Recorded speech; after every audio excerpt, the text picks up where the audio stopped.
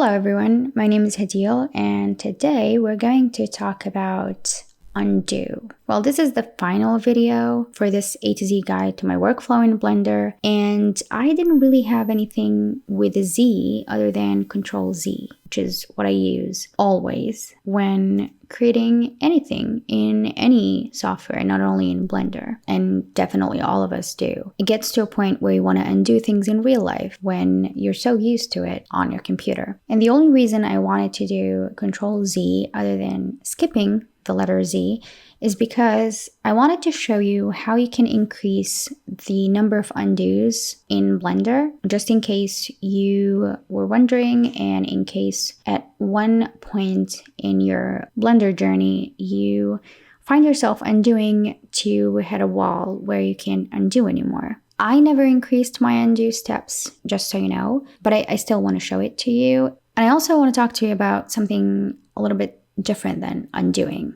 But let's just increase the steps or see how to increase the steps, and then I'll talk to you about another way that doesn't make you rely on undoing so much. Okay, like any other settings that you can change in Blender, you can go to Edit, Preferences, and you can go to System, and then with Memory and Limits, in the undo steps, you can increase this to something a little bit higher. So let's say 64.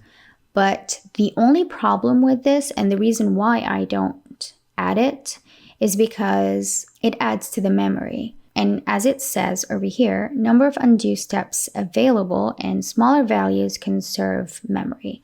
So I just keep it at 32. I don't really care about undoing so much. I mean, sure, I'm used to it, but I just need it for at least 10 steps. If it's something that I know I might undo for more than that, or if it's something experimental that I'm doing and I don't really know how much of it I'm going to use in the end, I do this instead. I create my object, create my mesh, again with a round cube, just to increase the radius to 1, so it's resembling a sphere. And then I make my changes. Now, I know I want to keep this. I don't want to do anything major to it.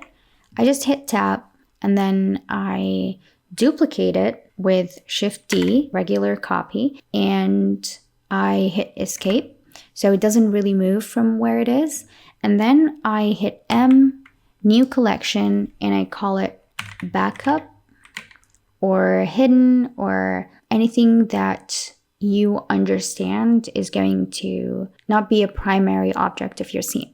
And then create, and that's going to move that object that we selected into that backup file. And then I just hide that backup file, just remove it from this layer. And now I can do whatever I want to this object. And if I feel like, oh, this is not what I want to do, but I've done more than 32 steps, because even just selecting this or going into edit mode is considered a step. So if I undo this, this is a step. If I undo this, this is a step, which makes undoing a little bit difficult in Blender.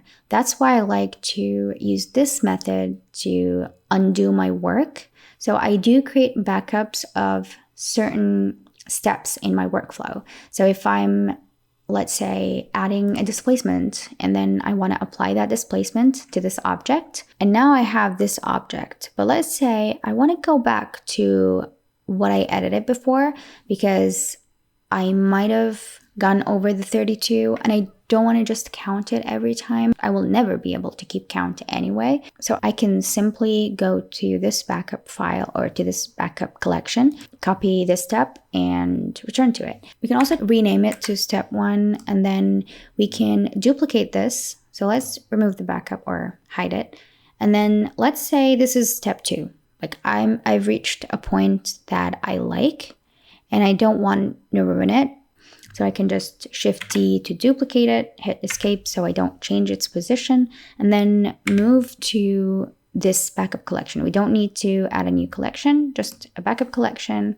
And then I can rename it to step 2. And you can definitely rename it something better than this and more detailed than this, so you can understand what steps you're talking about. And I can hide it again, and you can rename this to whatever, displaced round cube. And I can now go into here. Let's add seams and then hit U, mark seam, add a cloth modifier, add some pressure. Okay, so now we've created this, and let's say I want to apply this. So I'm going to apply the subdivision before the cloth, apply this. You can also save this as your step 3. I don't rename them, just by the way, but I'm just doing it here so you can understand what I'm trying to say. And now I know this step is where I want to stop. So even if I do anything that can ruin this mesh, I can just go back to it. So this is how I prefer to work. Even when it comes to anything animated, I like to save them as a limbic. That way I can just import them and put the inflated object as backup. So now I have something that is animated and I can create a UV map for it, and I can add textures to it. I can change the size of it. I can change the rotation. I can change the placement. And I know that if I don't like anything when I place it in the end, I can go back to that backup inflatable that I didn't apply the cloth to, and I can just redo things and re-import it, so it's just faster and much easier for me to duplicate rather than baking every object that I duplicate with that cloth modifier. So yeah, I just thought this was a very important thing to talk about when it comes to my workflow in Blender, because I think undoing isn't always the right choice, but I thought to talk about it under Ctrl+Z or under undo, because it's kind of the same thing, because I'm undoing multiple steps at once with this approach. Yeah, I hope you find this helpful. And if you have any other tips that you can share with everybody about trying to avoid undos when working in Blender or with digital art in general, it would be much appreciated if you leave it in the comments for everybody to learn. So yeah, that's pretty much it. And I'll definitely talk to you soon, but not about my A to Z workflow anymore. Bye.